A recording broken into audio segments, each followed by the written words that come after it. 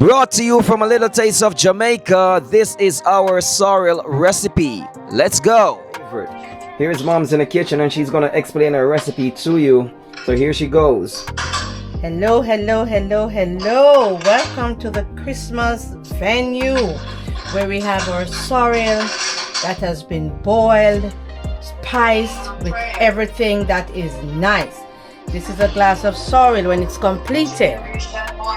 This is the bottles. We bottle them, seal them. Seal every single bottle. And also these are our testers. If you want a sample, you can always get a sample. See? Rich red sorrel. And this sorrel has the sorrel rose itself. What's the ingredients once more?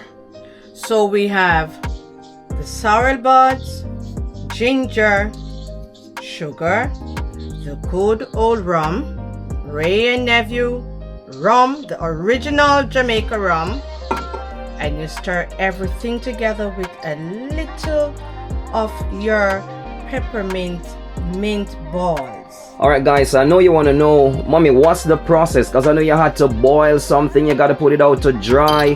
How was the process? Okay, the process is that you get the dry buds yourself, you wash them, you boil them, put the water to put on to boil, grate your ginger, put your ginger in the pot with a little pimento seed, and then you wait for it to boil for a few minutes.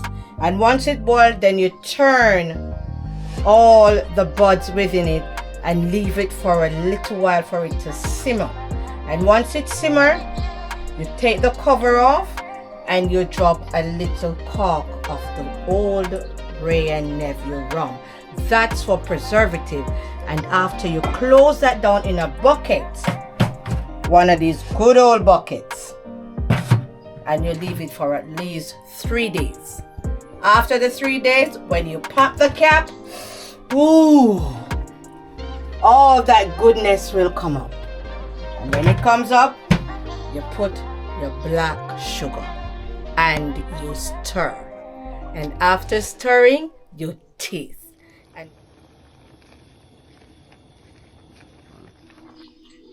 when the taste is like this,